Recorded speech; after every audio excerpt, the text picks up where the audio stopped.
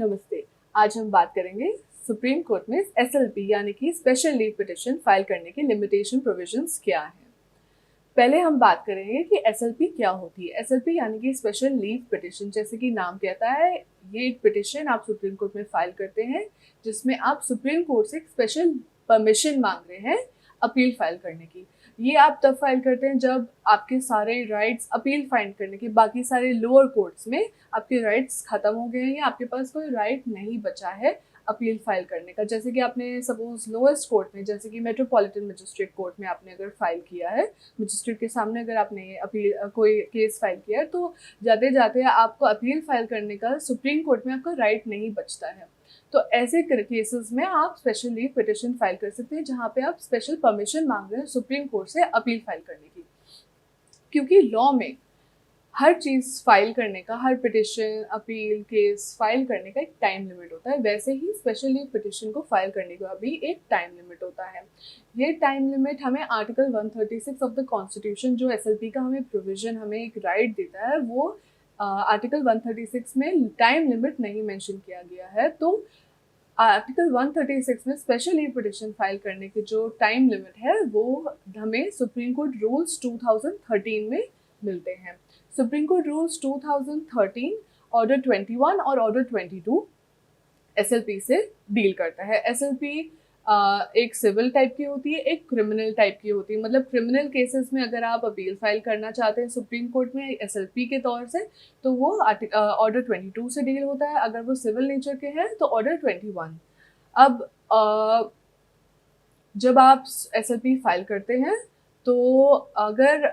High court का order है और आपने हाई कोर्ट के अगेंस्ट आपको ये ऑर्डर एसएलपी फाइल करनी है, तो बहुत बार ऐसे होता है कि आप एक certificate of fitness to appeal के लिए अप्लाई करते हैं बिफोर द हाई कोर्ट, जब आपके खिलाफ कोई जजमेंट आता है हाई कोर्ट से। तो बहुत बार ऐसा होता है कि हाई कोर्ट आपको certificate of fitness to appeal reject कर देती है।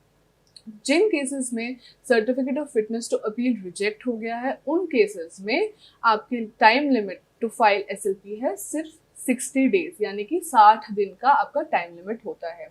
ये 60 दिन का टाइम लिमिट उस दिन से काउंट किया जाता है जिस दिन से आपका ऑर्डर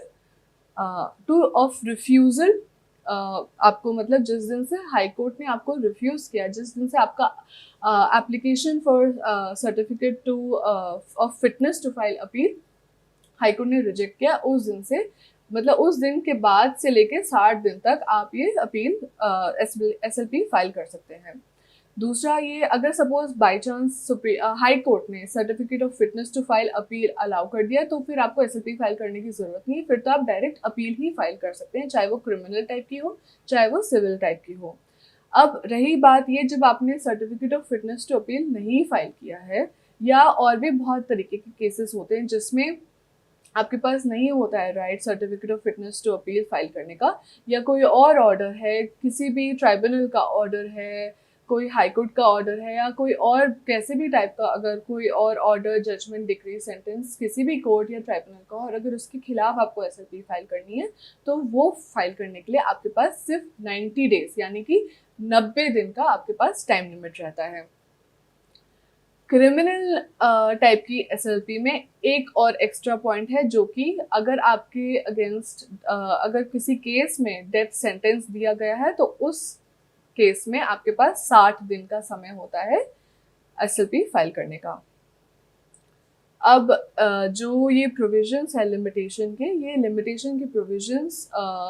सुप्रीम कोर्ट रूल्स 2013 में दिए गए हैं, पर ये रूल्स के साथ साथ हमें लिमिटेशन एक्ट के भी कुछ सेक्शंस को पढ़ना होगा, सेक्शंस 4, 5, 12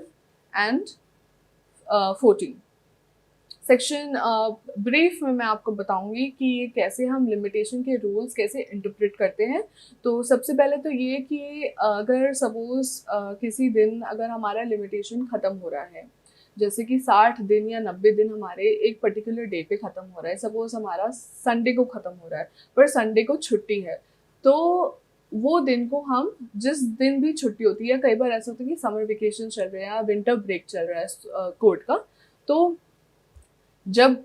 सपोज विंटर ब्रेक के बीच में या जिस दिन विंटर ब्रेक स्टार्ट होता है उसके अगले दिन आपका लिमिटेशन खत्म हो रहा है, तो उस पूरे विंटर ब्रेक या समर ब्रेक को आप एक्सक्लूड करते हैं लिमिटेशन पीरियड में। मतलब जिस दिन फर्स्ट डे होता है कोर्ट वापस खुलने का, उस दिन आपकी लिमिटेशन खत्म मानी जाएगी। तो उस दिन तक आप ये केस फाइल कर सकते हैं क्योंकि कोर्ट बंद है इसके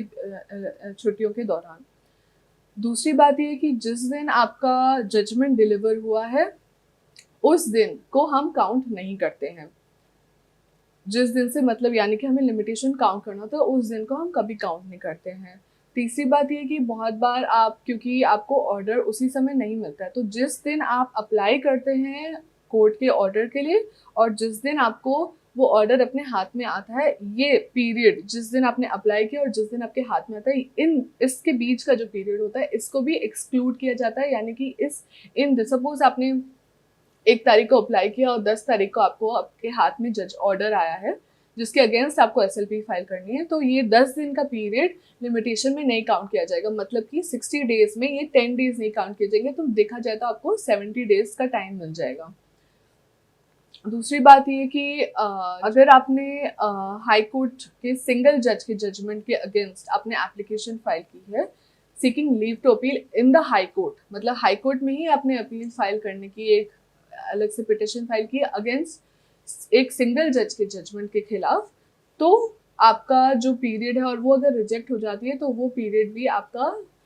माना नहीं जाएगा SLP का लिमिटेशन काउंट करने में। यानी कि जिस दिन से आपकी एप्लीकेशन फाइल की है और जिस दिन आपकी एप्लीकेशन रिजेक्ट हुई है वो आपका टाइम पीरियड नहीं माना जाएगा लिमिटेशन काउंट करने में। अगर आपने जैसे कि आपका डिले हो गया है, सपोज आपका 60 डेज का पीरियड या 90 डेज का पीरियड जो भी आपके केस में एप्लीकेबल है, अगर वो पीरियड खत्म हो गया है तो आप क्या करेंगे? तो ऐसे केसेस में आप एक application for condonation of delay file करते हैं। अगर आपका सफिशिएंट कॉज है, जस्ट कॉज है कि आपका क्यों आपने विद इन 60 डेज या विद इन 90 डेज आपने क्यों नहीं फाइल किया है, अगर कोर्ट को वो आपका रीज़न जो आप दे रहे हैं कि किस वजह से आप नहीं कर पाए हैं विद इन 60 डेज या विद इन 90 डेज, तो अगर वो कोर्ट को वो रीज़न सही लगता है, if it is justifiable, reasonable, in that case आप कोर्ट आपका जो डिले है वो माफ़ कर देगी। जितना आपका जो जितने टाइम से आपका लेट हुआ है फाइल करने में वो आपका कोर्ट माफ़ कर देती है। Usually supreme court delay condone करने में थोड़ी सी लिबरल है, और जैसे बहुत बार मतलब हर केस में फैक्ट टू फैक्ट डिपेंड करता है, ऐसा नहीं है कि हर केस में अलाउ कर देता है, बट यूजुअली लिबरल होती है कोर्ट्स इन केसेस डिले। मतलब कि जो आपकी देरी हुई है वो को उस चीज़ को माफ़ करने में यूजुअली कोर्ट्स लिबरल है और माफ़ कर देती है depending on facts and circumstances. और बहुत बार ऐसा देखा गया है कि 1 साल या काफ़ी महीनों का भी डिले माफ़ किया है सुप्रीम कोर्ट। आई होप आपको मेरा ये वीडियो अच्छा लगा हो। Thank you so much.